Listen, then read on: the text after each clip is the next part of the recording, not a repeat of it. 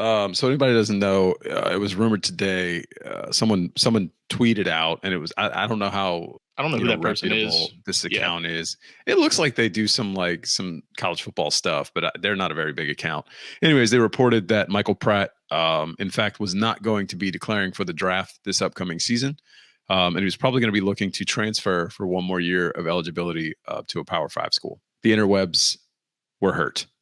Tulane fans were hurt. Dave had some thoughts. I had some thoughts. We never actually said them on Twitter, but I'll give you the floor because I know that you said you wanted to save some things for the podcast. So I'll just let you give your thoughts, and then I may agree, but go for it. Yeah, so I shared it, and I was getting a lot of like interactions underneath my tweet, and I didn't reply to anybody. I just kind of was letting people go at it because somebody mentioned like going to Washington and following whatever his name is, and I did reply to that, and I was like, people at Tulane weren't a fan of him. Like, I don't know Michael Pratt's relationship with him, obviously, but the general consensus is that's probably not where he would end up. And then I kind of just chimed in, and I was like, he entertained the idea last year, so it's not outlandish that he would be considering it again. And Tulane fans are in there like, there's no way he would leave. Why would he leave? Like the whole argument was, why would he go to another school and try to learn a new offense and this and that when he could just stay here? And like that, like, I don't want to be the one to say it, but that's a super homer take. Like if you just take a step back and look, and we kind of talked about it, I think last week or whatever it was. I think even by Michael Pratt's admission, this is not the year he expected to have, partially because of injuries, partially because he's coming back from an injury and maybe he's now finally healthy again. But I think what week one was what he was expecting to have every week. Right. And like, I don't think maybe his draft stock hasn't dropped, but it hasn't elevated. I think that's fair to say. And I don't know where he was going to be. He wasn't most likely a first round quarterback anyway, not in this draft class. No, but like, go ahead. Go ahead. I was going to let you finish. Yeah, I don't think it's such a crazy idea like some Tulane fans think. Like, I think the idea of going learn a new offense, not a big deal. He's a smart guy. Like, it's nothing for him to go learn a new offense. Like, and a lot of these offenses are the same. It's just the verbiage is different. So like, he can learn a new offense, not a big deal, right? And he'd be what, a 5th or 6th year guy at this point. Like, he's a vet at this. That's fine. Also, the Tulane offense, as good as it can be, is not the best offense for him to display his passing ability. Do you think so? At a volume rate. Okay. Like he gets his chances to, and it's on him to do well with those chances. But like week one, he went off, but he only threw 15 passes. What if he goes to an air raid offense? Right, but what if he goes to an air raid offense that lets him throw the ball 30 chances a game, and he's putting up astronomical numbers? Yeah, like he can go. So, and this is all hypothetical. Like, I don't know if he's going to leave. He says he's not, so I'm taking his word for it for right now. But he could go somewhere with, I don't know, like, I don't even know where he would go. I would assume somewhere close to home because, like we just talked about last week, these guys always want to transfer back home. Like, I would assume it's for a Power 5 team, like they said. He's not going to go transfer to SMU, right? Like somebody on that level. It would be an SEC team, I would assume. But like, what if a team with a quarterback problem like Alabama is like, hey, because they tried to get Miami's quarterback last year. So clearly they're not, pleased with what they have.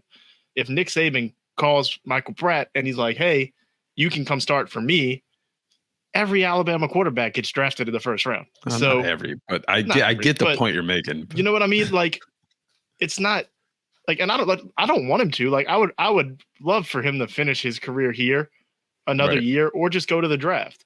Like, but I'm also not going to be upset if he decides to do what he thinks is best for him, because I wouldn't be mad if another quarterback left and came to Tulane. So you can't be upset if it would benefit you. You know what I mean? Yeah, I was looking at it kind of the same way. For basically all the things you said, to be honest, maybe not every single little detail, but I mean, like you said, he would even admit he probably hasn't had the best season. I think he was mocked as like rounds 2 through 5. This quarterback draft is loaded. I mean, it's absolutely loaded. It's probably one of the best it's been in a decade. And he hasn't really stood out. He hasn't played bad. He's still being mocked 2 through 5. I think right now, based on the way everything's played out, he's probably more of a 5. But he still goes in the draft. He still ends up on an NFL roster. Mm-hmm. The question comes in for me at the end of the season. Right now, like, what else is he going to say? Let's be honest. And I'm not calling his integrity into question at all. Like, I think he truly believes, listen, I'm at Tulane. This is my school. Roll wave. We're it's 1-0 every week. And that has to be the mindset because he's a pro. But things change, right? They can. We've seen it with everybody. The most upstanding individuals eventually can change their mind.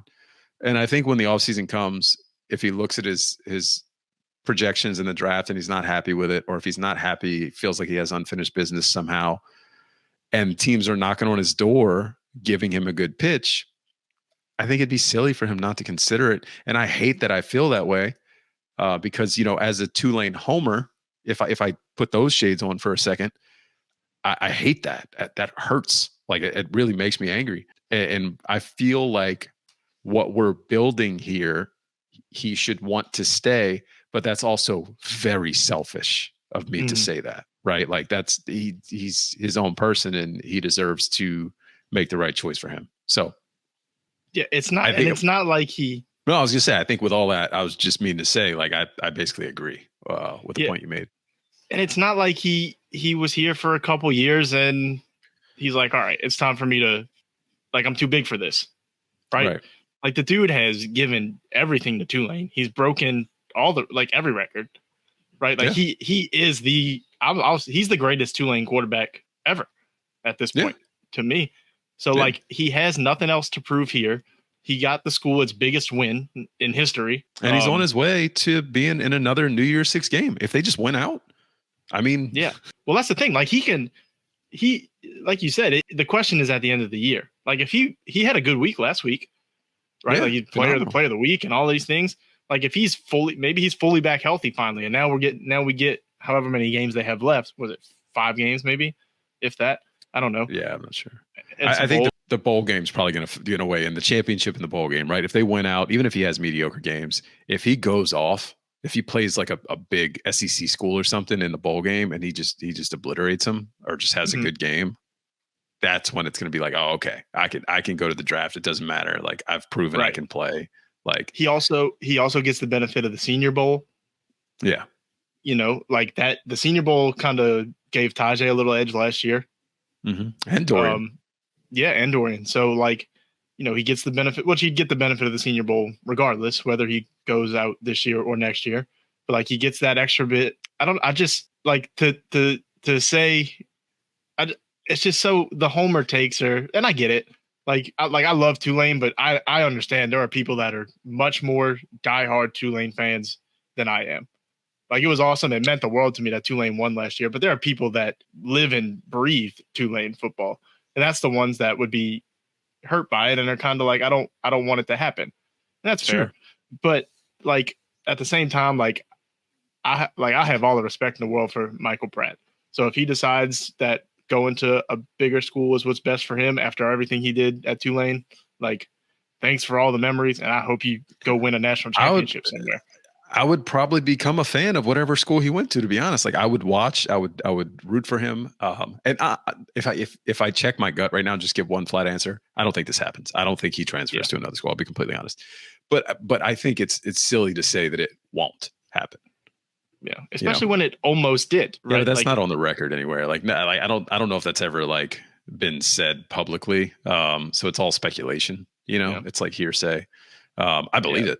I'll be honest. I 100% believe it. But who am I? Yeah, I'm just a guy. Like, we'll see what happens. But I just wanted, like, you gotta, if you're a Tulane fan, like, if it happens, and I'm with you right now, I'm leaning towards it doesn't. But if it happens, like, just please don't feel any negative way towards Michael Pratt, because, like, zero. With the way Tulane is building, at some point they're going to benefit from one of these quarterbacks transferring in. Yeah. So, like, and you'll be ecstatic about it. So you can't, Listen, that's the beauty of college football, right? Like these guys are gonna leave. It's gonna happen, whether it's to the pros, whether it's just graduating, whether it's transferring, it's gonna happen. And then there's gonna be another guy that walks through that door. Is he gonna be as good? Right. Maybe not, but you don't know that yet. Just Right. ride the wave. I was gonna say, no pun intended. The next wave of guys comes in, and Mekhi Hughes, perfect example. People are like, "Oh, what happens? Tajay's gone. We have no clear cut like top guy anymore. These guys aren't as good as Tajay. Not that they're bad." And then Mekhi Hughes is now in every conversation being compared to Tajay Spears. Right now, if he stays for 4 years, it could possibly break all the rushing records. Right. Exactly. So, it's funny how that happens. It's college football, man.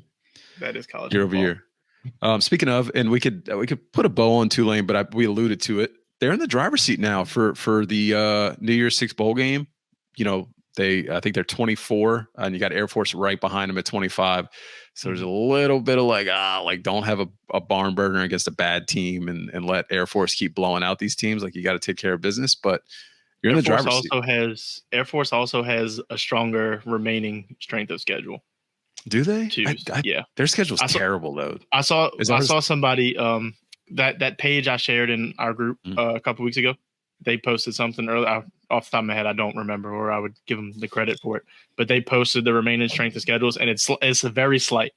It's like the slightest of a stronger schedule. I think it also kind of depends on who Tulane ends up playing in the conference championship, which right now I think is projected to be SMU, but I don't know. Somebody, I think, is it UTSA maybe right behind them? I'm not sure. Yeah, but it's interesting. Both of those schools aren't performing the way I thought they would. Not that they're not playing well, because they could definitely come in and beat you. But I'm sorry, Memphis is like right there behind them. Okay, yeah, Memphis is one. I mean, Tulane already played them. So, but yeah, they're in the driver's seat. Like that's. I don't. What were they ranked going into the Cotton Bowl? You remember? Was it like mid-teens? It was mid. It wasn't in the 20s. I don't remember exactly what it was. Because I think it was like 14, 15, and then they jumped to like 9 at the when it was all said and done. So you need a couple. I think they need a few people to lose. Maybe because of what they did last year, they can get back into one. But they need a few. I think they need a few people to slip up, and so they can jump up. Maybe five spots or so. Well, you get the automatic bid either way, right? Like the group of 5 team. If you're the top ranked group of 5 team, I believe. I could be wrong. Somebody will check me on that. I believe you get the automatic bid. Well, good for them. I hope so. Yeah, that was why when I saw it, I was like, hell yeah, you're in the driver's seat now. Yep. Pressure's on. Just finish the job. Yeah. That's it. What we said it last week or week before. Like just win games. Like that's all. Your favorite from here out. So just handle business and get it done. They didn't cover though.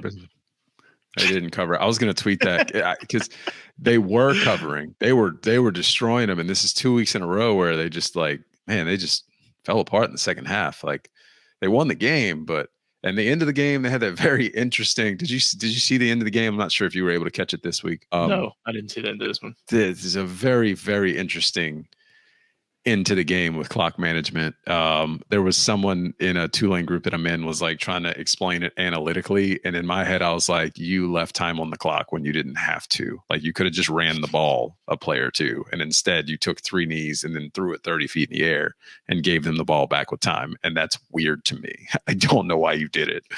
Listen, I don't need to hear anything about time management. My other team had the biggest time management blunder I've ever seen in my life. So the rebuttal to that though, because people were saying that was, well, look at Miami. You could have been Miami and fumbled the ball if you run it. And I'm like, well, you could have, but it's a completely different situation because the game was over. Right. Like Miami literally did not have to do anything except kneel the ball.